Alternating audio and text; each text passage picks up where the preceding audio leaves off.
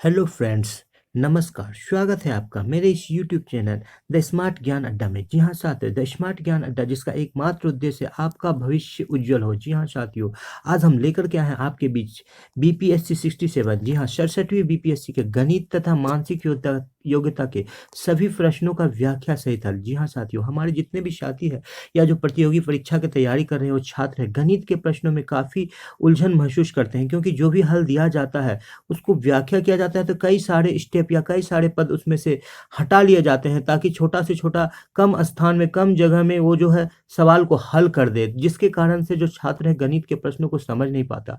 मेरा आपसे वादा है साथियों, वादा ही नहीं गारंटी है, पूर्ण प्रतीति है कि ये इस वीडियो को देखने के बाद जो 67वीं बीपीएससी में जितने भी गणित और मानसिक योग्यता के प्रश्न पूछे गए हैं साथियों, वो बिल्कुल 100% आपको स्पष्ट हो जाएगा साथियों। इसलिए वीडियो को स्किप नहीं करेंगे साथियों, वीडियो को शुरू से लेकर अंत तक देखेंगे।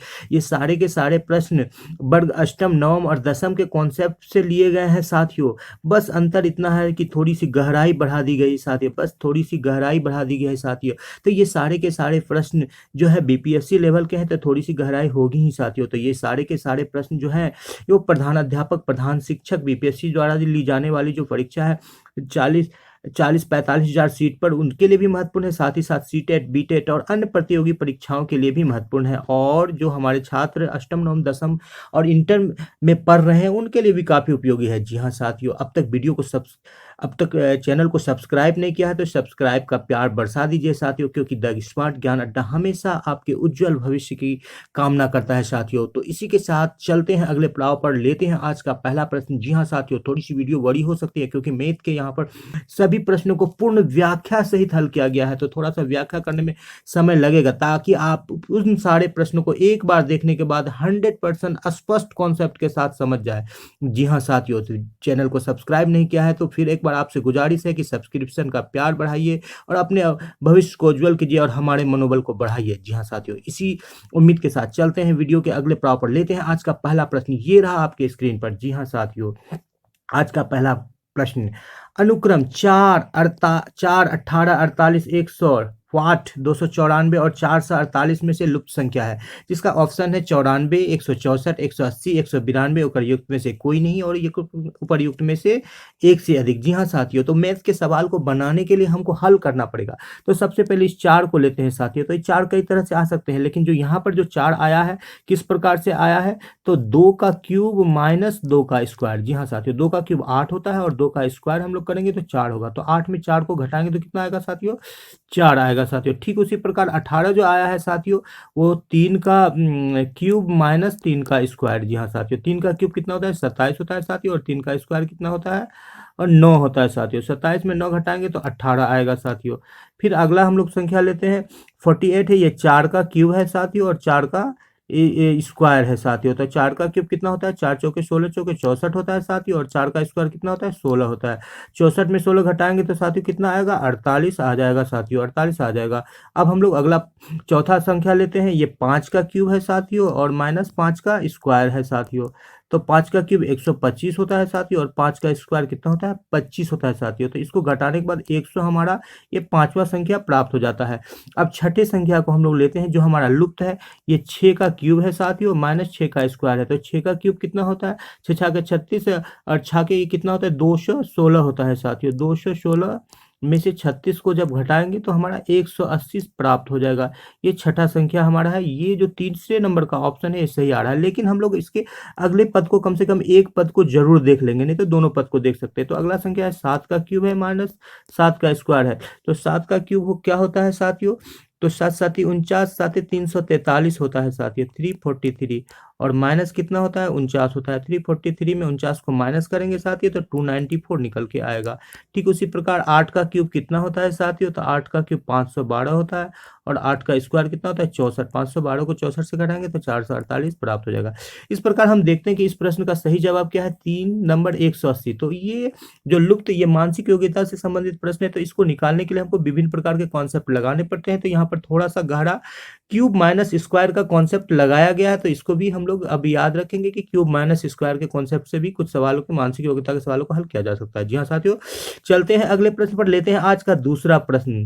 जी हाँ साथियों, m संख्याओं का औसत n है, n स्क्वायर, और n संख्याओं का औसत m स्क्वायर हो तो m प्लस n संख्याओं का औसत है। जी हाँ साथियों, आप जानते हैं कि औसत क्या होता है कि कुल औसत बराबर होता है कि कुल योग, जितना संख्या होता है सबका योग कर देते हैं हम लोग, प्लस कुल योग प्लस क्या होता है, कुल संख्या होता है। औसत क्या होता है, कुल योग प्लस क्या होता है, ये कुल संख्या नीचे होता है, कुल संख्या।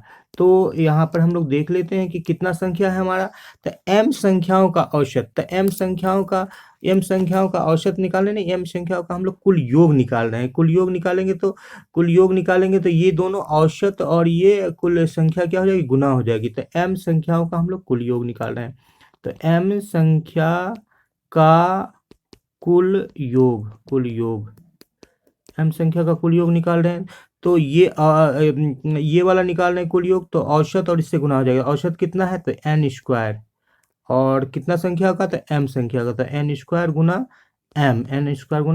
जी हाँ साथियों, फिर n संख्याओं का हम लोग औसत निकालेंगे, n संख्याओं का कुल योग निकालेंगे। तो यहाँ पर दिया गया है कितना, m स्क्वायर और ये n है, तो m स्क्वायर गुना n।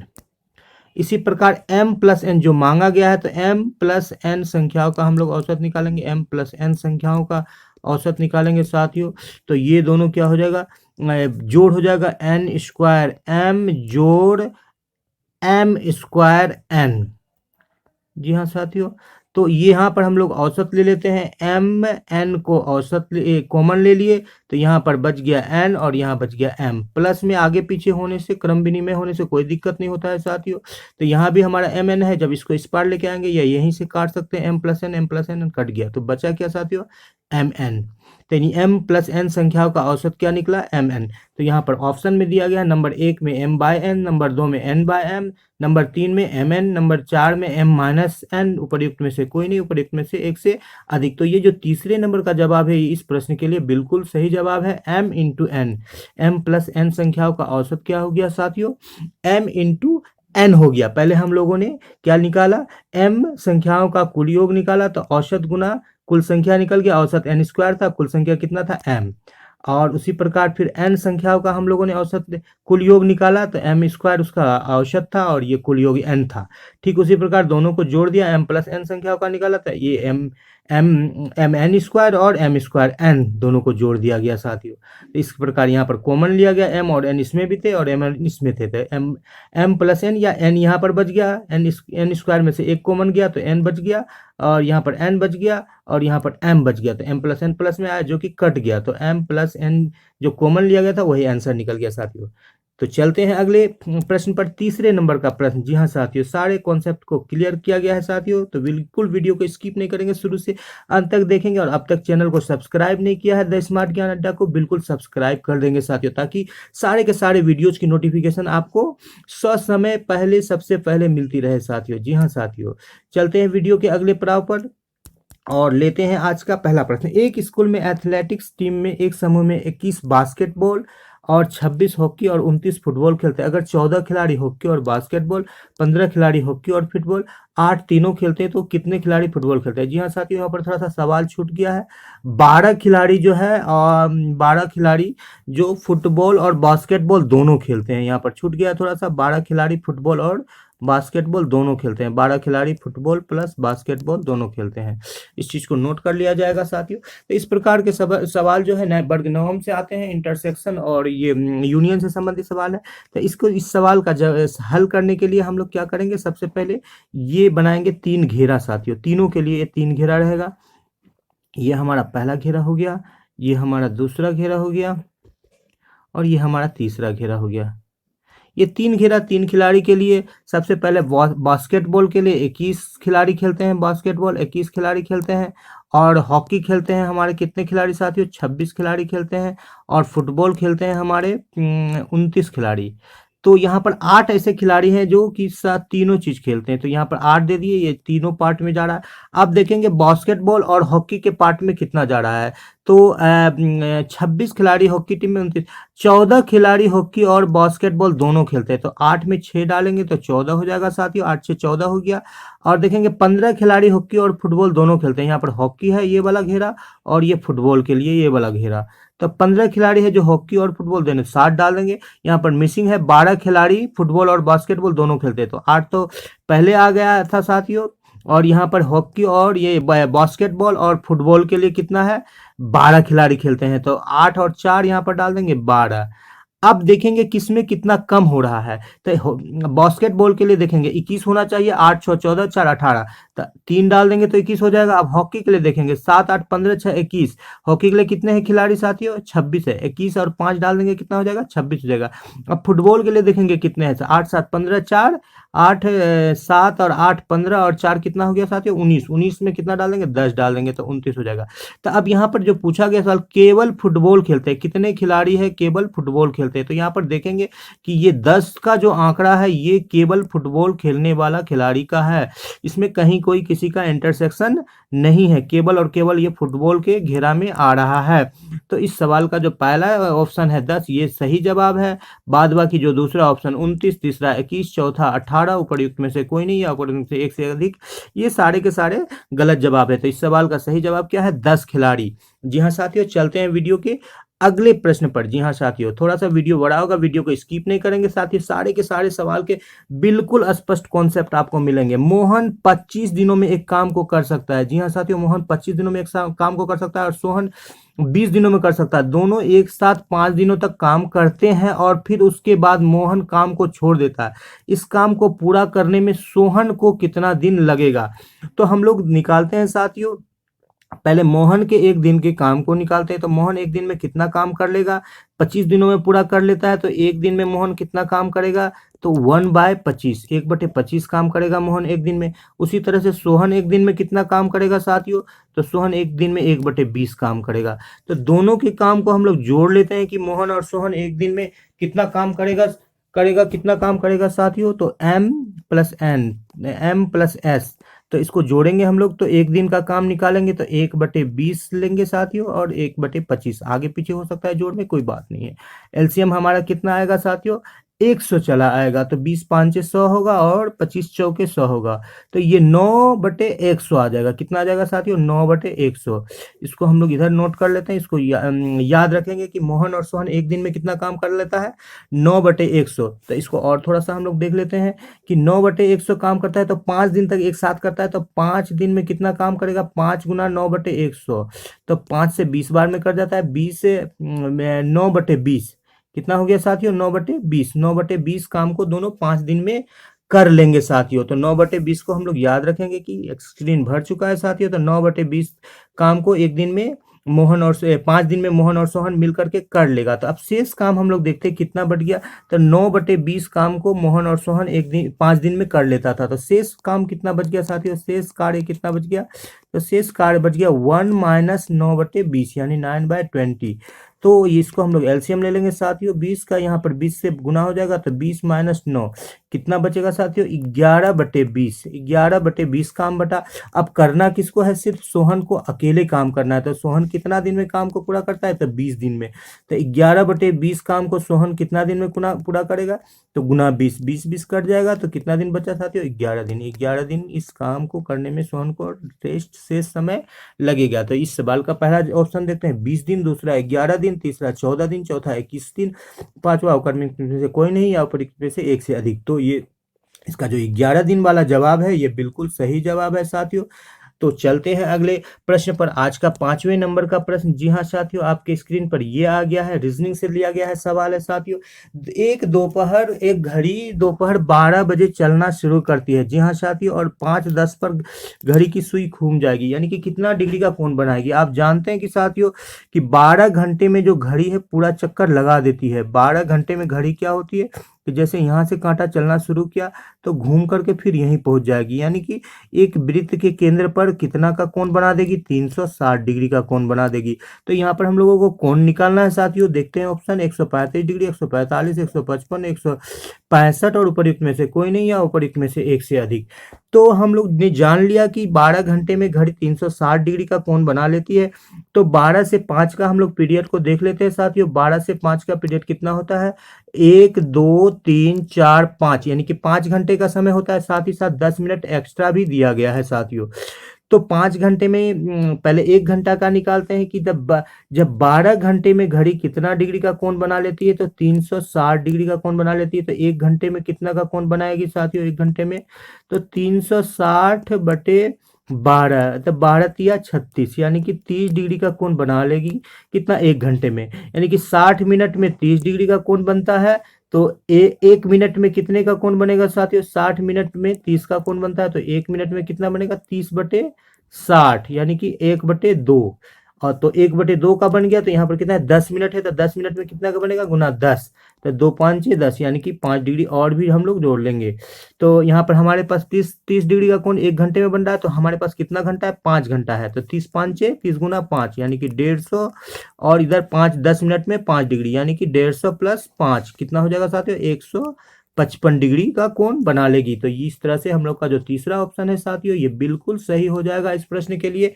तो पहले देखा कि 12 घंटे में घड़ी कितना बना लेती है? 360 डिग्री। इसलिए तो 1 घंटे में कितने का बनाया? तो 360/12, जिससे 30 डिग्री निकल गया। और समय 12 बजे से 5 बजे तक का है। तो कितना समय हो गया साथियों? ये 5 घंटे का समय हो गया। तो 5 घंटे में कितने का कोण बना?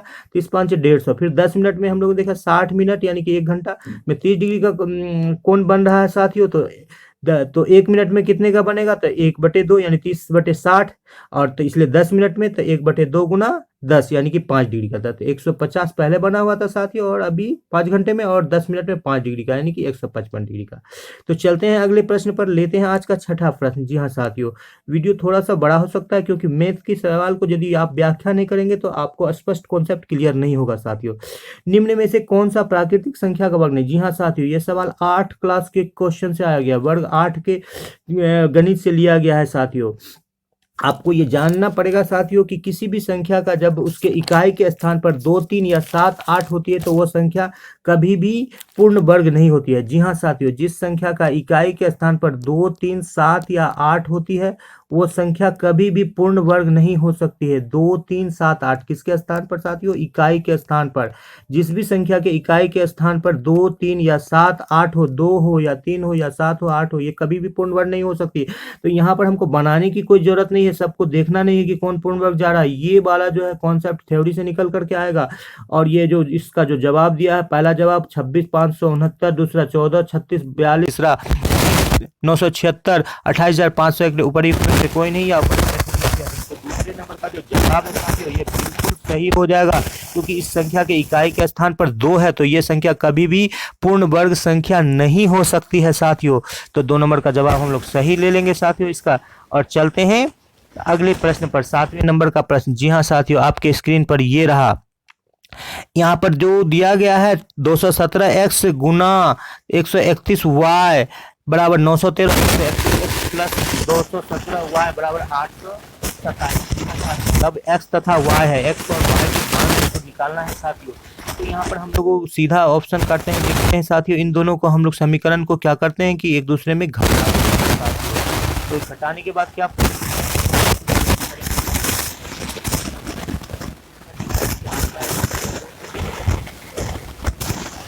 हम लोग 86x आएगा साथियों, माइनस ये बड़ा था, ये माइनस 217, फिर नीचे वाला का चिन्ह बड़ा है, इसलिए यहाँ पर माइनस का चिन्ह आ गया। ऊपर 131 है साथियों, तो इससे छोटा है 217 से। तो फिर यहाँ पर भी 86y आ जाता है साथियों, माइनस 86 86y आ जाता है साथियों। बराबर कितना आएगा साथियों? तो बराबर हमारा आ रहा है यहाँ पर 86 आ रहा है साथियों। 86x माइनस 86y बराबर 86। तो 86 को यहाँ पर हम लोग एलसीएम ले लेते हैं साथियों। x माइनस वाई बराबर क्या होता है? 86 होता है। तो इसलिए 86 कट गया, तो क्या बचा? x माइनस वाई बराबर क्या हो गया हमारा? 1 हो गया साथियों। x माइनस वाई बराबर 1, इसको ध्यान में रखेंगे। इसी मान को हम लोग क्या रखेंगे? समीकरण पर डालेंगे, तो इसका हल निकलेगा साथियों। x माइनस वाई बराबर 1 हमारा माइनस वाई बराबर कितना आया है? x माइनस वाई बराबर 1 आया है। तो इससे x या y किसी का भी हम लोग मान इसमें से ले सकते हैं साथियों।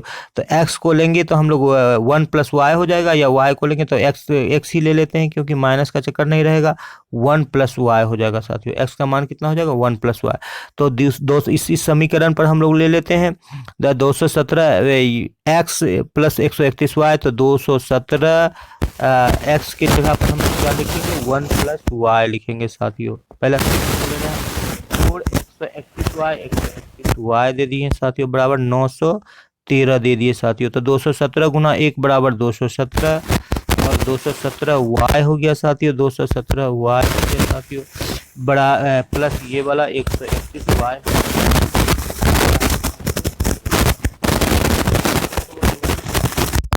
31y। ये दोनों को हम लोग क्या करेंगे साथियों? जोड़ देंगे साथियों। 217 और 131y को जोड़ने के बाद कितना आएगा साथियों? तो हमारा 348 ये y आ जाएगा साथियों। और यहाँ 913 में ये 217 को घटा देंगे साथियों। माइनस 217 को घटाएंगे तो ये 696 आ जाएगा। y निकालेंगे तो 696 को ये 348 क्या कर देगा? भाग दे देगा साथियों। तो 348 गुना बटे 2 आएगा। इसका ऑप्शन y का मान कितना आ गया साथियों? y बराबर कितना आ गया? 2 आ गया साथियों। अब देखेंगे x माइनस वाई बराबर 1 था साथियों। तो x माइनस वाई बराबर कितना था? 1। x माइनस वाई का मान हम लोगों ने कितना निकाला साथियों? 2 निकाले। यहाँ 2 मान रखेंगे बराबर 1। x बराबर ये 2 जब उस पार जाएगा समीकरण से तो माइनस से क्या हो जाएगा? प्लस हो जाएगा साथियों। तो इस तरह से x का मान कितना निकलता है? 3 निकलता है। तो x बराबर 3 और y बराबर 2 ये हमारा सही जवाब है। तो ये 2 नंबर का जो ऑप्शन है साथियों बिल्कुल सही जवाब है। इस प्रश्न के लिए ये सही जवाब है साथियों। चलते हैं अगले प्रश्न पर, लेते हैं आज का 8वां प्रश्न। जी रहा साथियों, ये रहा आपके स्क्रीन पर। तो ये जो है अलजेब्रा से लिया गया है प्रश्न। जो कई सारे प्रश्न है जो जिनको बिना हल किए हम लोग हल कर सकते हैं। कैसी? फार्मूला के द्वारा। जी हाँ साथियों, 598 जोड़ 479 का स्क्वायर कर देना है। यहाँ पर स्क्वायर लिखा गया है, माइनस यहाँ पर है 598 माइनस 479 का स्क्वायर करके 598 गुना 479 बराबर वाट। जी हाँ साथियों, यहाँ पर हम इसको a मानेंगे, इसको b मानेंगे। हो जाएगा a माइनस b का whole square minus a minus b का होल स्क्वायर में चला जाएगा। और ये फिर क्या हो जाएगा साथियों? बटे a माइनस b। तो सबसे पहले a प्लस बी का हम लोग होल स्क्वायर देखते हैं। तो a प्लस बी का होल स्क्वायर हमारा क्या होता है साथियों? Square plus 2ab plus B square. जी हाँ साथियों, तो a माइनस बी का होल स्क्वायर क्या होता है साथियों? तो a square minus 2ab plus B square होता है साथियों। तो यहाँ पर ब्रैकेट है तो इसको ब्रैकेट को भी हम लोग दे देंगे। जब ब्रैकेट से बाहर निकलेगा साथियों तो ये माइनस से a square plus 2ab plus B square पर फर्क नहीं पड़ेगा, लेकिन ब्रैकेट के बाहर माइनस रहने का इसके अंदर के सारे संख्या के साइन बदल जाएंगे साथियों। तो इसका क्या मान निकलेगा? नीचे वाला को अभी हम लोग नहीं ले रहे हैं साथियों, नीचे वाला का हल अभी हम लोग नहीं कर रहे हैं, उसको अलग रखें। ये ऊपर वाला को ले रहे हैं a प्लस बी का whole square minus a minus B का होल स्क्वायर। तो इस तरह से हमारा निकल करके आता है a square plus 2ab plus B square. इस माइनस के कारण सारा का साइन ये चेंज हो जाएगा साथियों। Minus a square minus b square, ये इसको ले लिए पहले, और प्लस 2ab आगे पीछे कहीं भी ले लेते हैं। a स्क्वायर कट गया, बी स्क्वायर माइनस में और बी स्क्वायर प्लस में गया। 2ab और 2ab कितना निकला? 4ab। ये 4ab ये ऊपर वाले का ये पूरा हल निकल गया। ये 4ab निकल गया साथियों। और नीचे में कितना दिया गया है? इसको हम लोगों ने a माना है और इसको हम लोगों ने b माना है। तो नीचे में दिया गया a into b, ab cut गया तो कितना निकला आंसर साथियों? 4 निकल गया। तो ये पहला ऑप्शन जो है इसका सही जवाब है। दूसरा 10, 132, 8 इनमें से कोई नहीं या एक से अधिक सारे के सारे क्या है? गलत जवाब है। इस सवाल का जवाब क्या है? तो 4 इसका सही जवाब है। तो देखा हम लोगों ने यहाँ a और b मान करके बिना इन अंकों का यूज किए ही इस प्रश्न को हल कर दिया साथियों। तो इस प्रकार गणित में कई सारे ट्रिक्स भी लगाए जाते हैं जिससे कि समय का बचत होता है। तो a प्लस बी का whole square minus a minus B का होल स्क्वायर बटे ab, तो ए प्लस बी का whole square A square plus 2ab plus B square A minus B का whole square A square minus 2ab plus B square बटे A B जो है यहाँ पर हम लोगों ने यूज़ किया है साथियों। तो इस तरह से 4ab निकल गया इस दोनों में से, ए स्क्वायर और बी स्क्वायर कट गया और बटे ए बी, तो ए बी कट गया तो 4 इसका क्या निकल गया, सही जवाब निकल गया साथियों। चलते हैं 9वें प्रश्न पर। आज का 9वां प्रश्न ये रहा साथियों। जी हाँ साथियों, यहाँ पर मिश्रधन मूलधन जिसका कॉन्सेप्ट वर्ग 5 से शुरू होता है साथियों, उससे लिया गया है एक शहर की जनसंख्या 176400 यदि 5% की दर से सालाना बढ़ती है तो 2 साल बाद इसकी जनसंख्या होगी। जी हाँ साथियों, यहाँ पर हम लोगों को ये निकालना है, कितना है साथियों 176400 और 5% का दर से बढ़ा 2 साल में क्या होगी। तो यहाँ पर हम लोग निकालेंगे साथियों। तो ये ए निकालने के लिए हम लोग को क्या करना पड़ेगा, p into 1 plus r by 100 यानी p का मतलब है 176400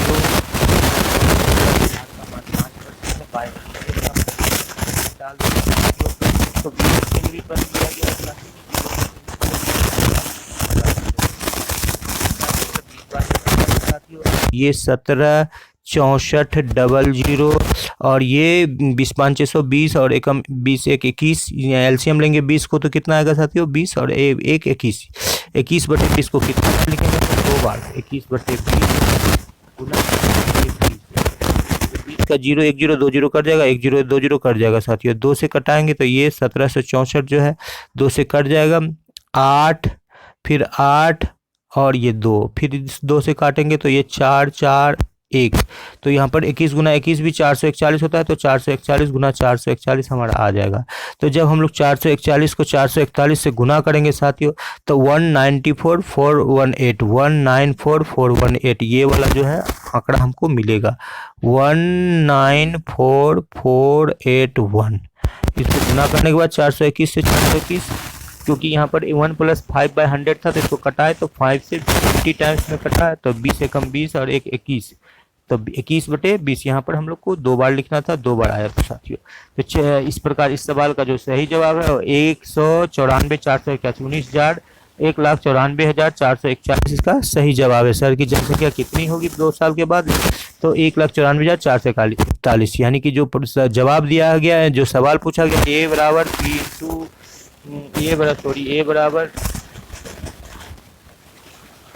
बराबर p into 1 plus r by 100 to the power 10 जो फार्मूला है इसी फार्मूला पर पूछा गया है जो कि मिश्रधन का फार्मूला है साथियों। चलते हैं आज का अंतिम प्रश्न 10वां प्रश्न लेते हैं और दो संख्याओं का योग 80 है और उनके अंतर का वर्ग 36 है तो संख्याओं का गुणनफल ज्ञात करें। जी हाँ साथियों, दो संख्याओं के वर्गों का योग यहाँ पर ध्यान रखेंगे, संख्या के वर्ग, योग का वर्ग नहीं वर्गों का योग, लैंग्वेज पर ध्यान रखेंगे। तो ए और बी मानते हैं तो ए का स्क्वायर और जोड़ बी का स्क्वायर कितना है साथियों 80 है और उनके अंतर का वर्ग यानी कि a माइनस बी मान लेते हैं तो उसका अंतर हो गया का वर्ग कितना है 36 है।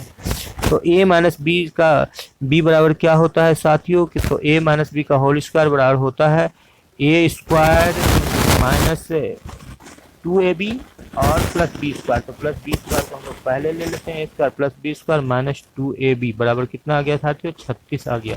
तो a square plus B square का मान कितना दिया गया है 80 दिया गया है साथियों। तो यहाँ पर हम लोग 80 को रख देते हैं, a square plus B square का मान कितना 80 तो माइनस 2ab बराबर कितना हो गया 36। तो माइनस 2ab का मान कितना निकला 36 माइनस ये 80 पर चला जाएगा साथियों तो क्या हो जाएगा माइनस हो जाएगा 80।